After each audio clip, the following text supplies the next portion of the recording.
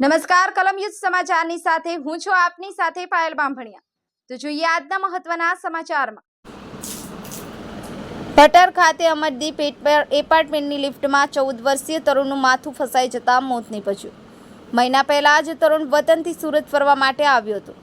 ભટાર ખાતે અમરદીપ એપાર્ટમેન્ટની લિફ્ટમાં 14 વર્ષીય તરુણનું માથું ફસાઈ જતા તેનું મોત નીપજ્યું હતું। તરુણ વેકેશનની રજા માણવા માટે મહિના પહેલા ઓરિસ્સાથી સુરત આવ્યો હતો।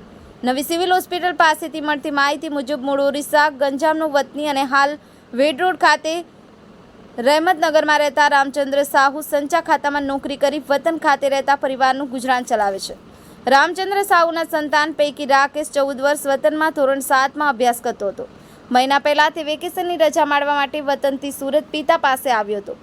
તેમજ 2 દિવસ પહેલા રાકેશ પટાર ખાતે આવેલ અમરદીપ એપાર્ટમેન્ટમાં રહેતી પોતાના સંબંધીના ઘરે આવ્યો હતો। તે દરમિયાન ગુરુવારે સાંજના સમયે રાકેશ અમરદીપ એપાર્ટમેન્ટના ગ્રાઉન્ડ ફ્લોરથી લિફ્ટમાં 7મા માળે જઈ રહ્યો હતો। ત્યારે વચ્ચે લિફ્ટમાં તેનું માથું ફસાઈ ગયું હતું, જેથી તેને સારવાર માટે નવી સિવિલ હોસ્પિટલ ખાતે ખસેડવામાં આવ્યો હતો, જ્યાં ફરજ પરના તબીબે તેને મૃત જાહેર કર્યો હતો। બનાવને પગલે ખટોદરા પોલીસે વધુ તપાસ હાથ ધરી હતી। બ્યુરો રિપોર્ટ કલમ યુદ્ધ સમાચાર, રમેશ સત્યની સાથે।